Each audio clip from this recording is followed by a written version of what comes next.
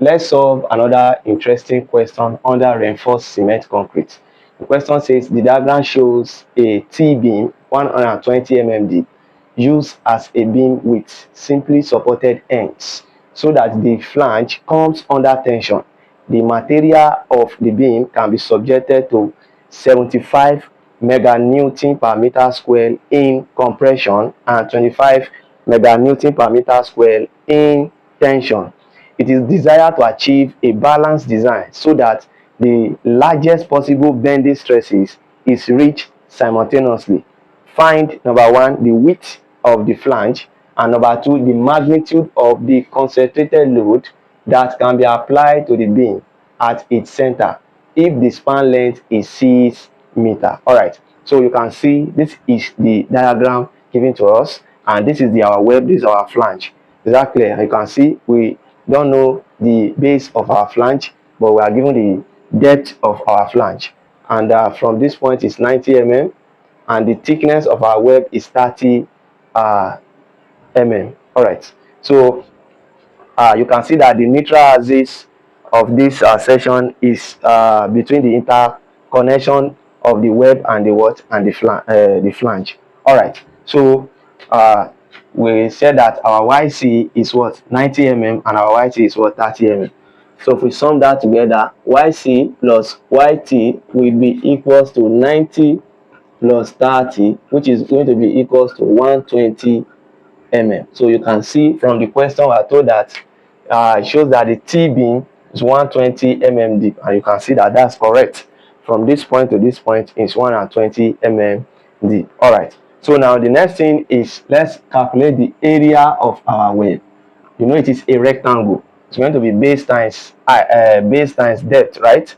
So it's going to be 30 multiplied by the depth. So 30 multiplied by 90, which is going to give us 2700 mm squared, and the area of our flange is going to be base times what the depth, that is 30 multiplied by b, which is going to be 30 b mm squared. All right, so that is what we are going to have. All right, so the next thing we want to do is this. If we are taking the top part of our web to be the reference line, so what will be the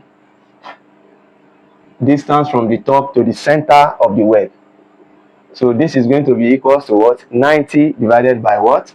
By 2. 90 divided by 2, which is going to be what? 45 mm. All right, so let's find our YF. All right, that is we are taking the top part of the web as our reference line.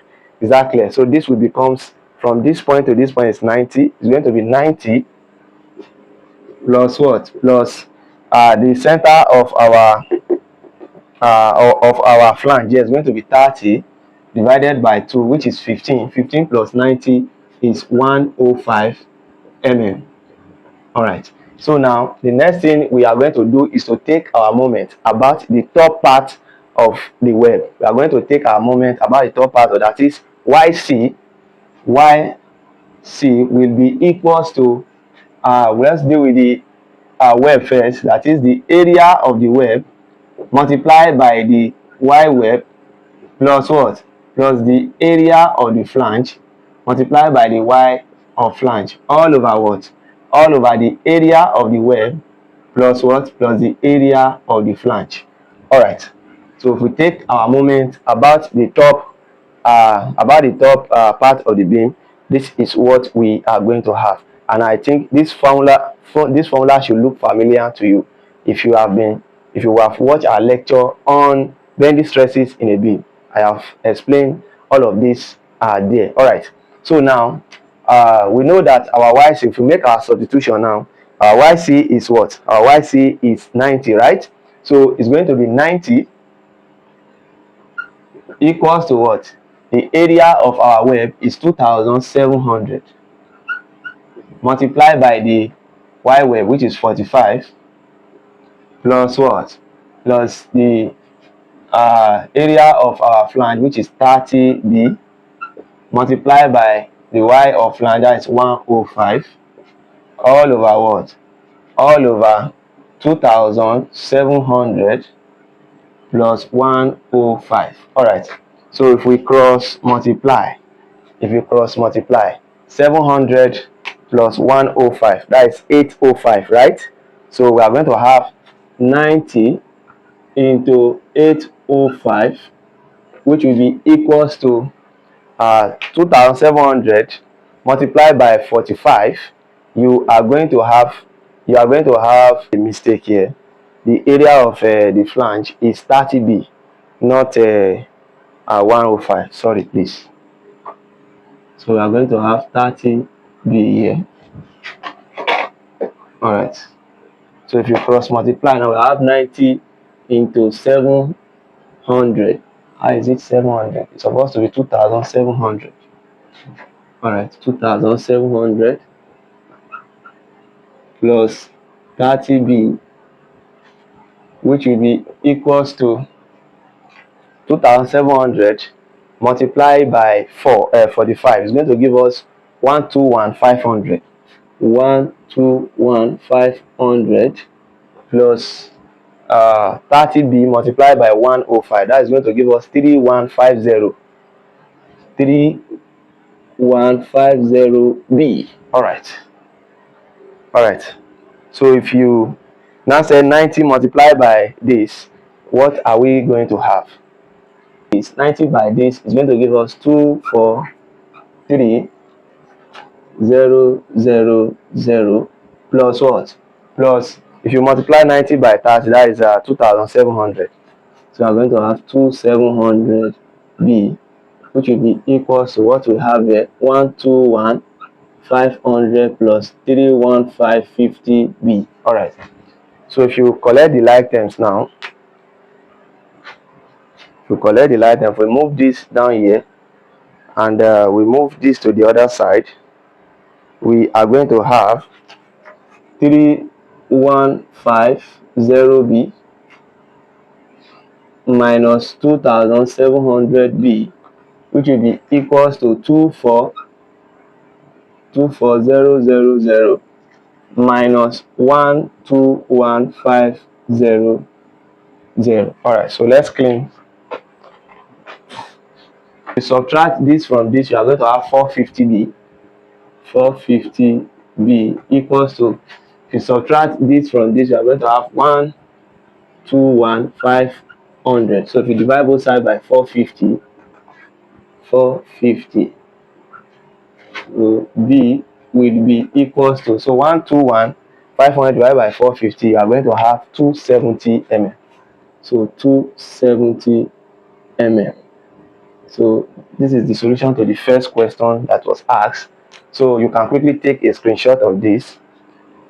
So we can now solve for question number 2. So we are going to be finding the magnitude of the concentrated load that can be applied to the beam at its center if the span length is what? Is 6 meters. All right, so for us to do this, we are going to be finding the moment of inertia of the section now. So the moment of inertia of the section, is, we want to calculate the moment of inertia of the section now. So the moment of inertia is going to be what? The moment of inertia of the web plus the moment of inertia of the what? Of the flange. And you know the moment of inertia here, we are going to be treating it as a case of what? A rectangle, right? So the moment of inertia will be equals to, it's bd cubed all over 12 plus bd multiplied by 90 divided by 2 for the web, plus the depth is what? Is 90. So let's go for the flange. It's going to be bd cubed all over 12 plus bd plus bd plus bd cubed all over 12 plus bd into 30 divided by 2 all squared. All right, so if we make your substitution now, this will be equals to our b here is nothing but what? For the web is 30. So we are going to have 30 then the depth is 90 cube all over 12 plus 90 multiplied by 30, then into 90 divided by 2 is 45 all squared, plus the base for the flange is 270. We've calculated that. 270 multiplied by the depth, that the depth is 30 cubed all over 12 plus 270 multiplied by 30 into 15 squared. All right, so that is what you are going to have. All right, so if you press all of this directly in your calculator, you have 9.72 times 10 to the power of minus 6. 9.72 times 10 to the power of minus 6 meter to the power of 4.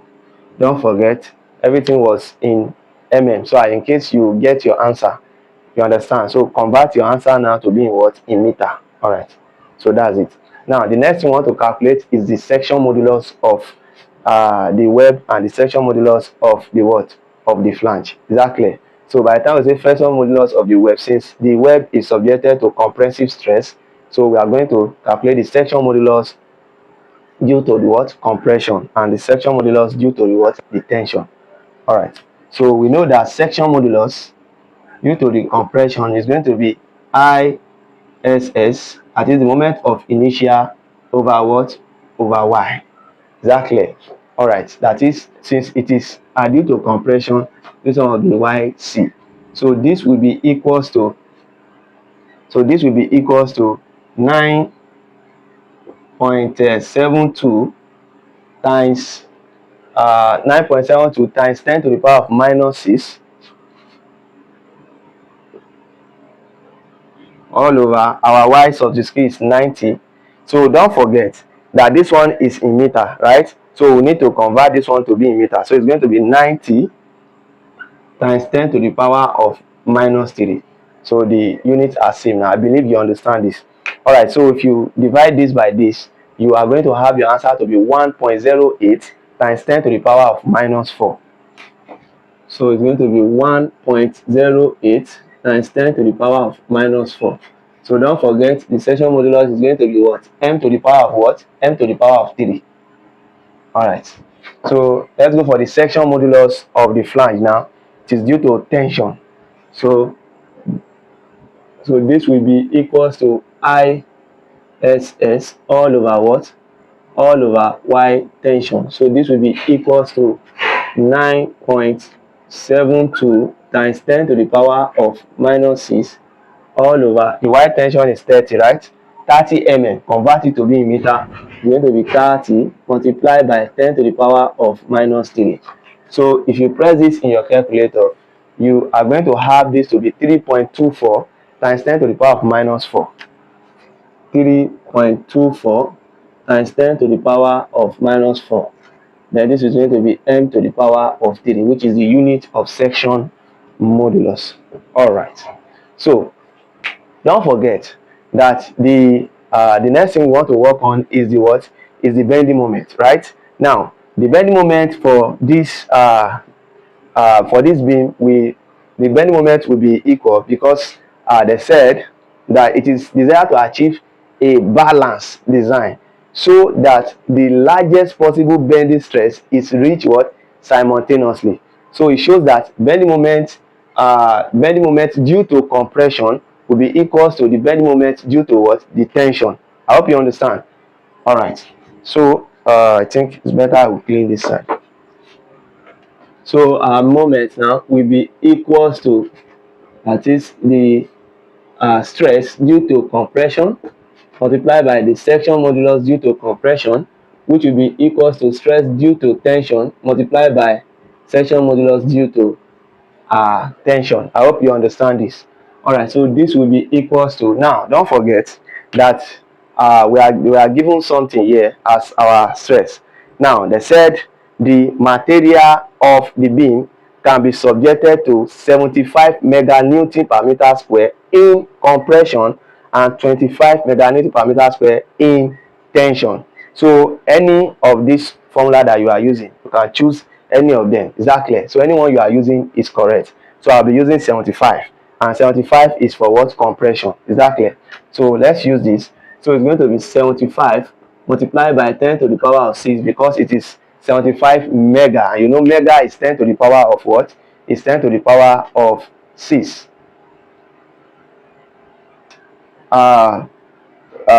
We don't need to touch this mega, because we are still going to leave our answer in mega, then convert it to kilo Newton in the unit of this. So let's leave this for now. All right, so times the section modulus of compression here is what? 1.08 times 10 to the power of minus 4, right? So if you press this in your calculator, what are we going to have? So we are going to have 0.0081 mega Newton meter. All right, so that is what we are going to have. Now, mega Newton meter to kilo Newton meter. So it's going to be what? It's going to be 1, 2, 3. So that's going to be 8.1 kilo Newton meter. So this is going to be 8.1 kilo Newton meter.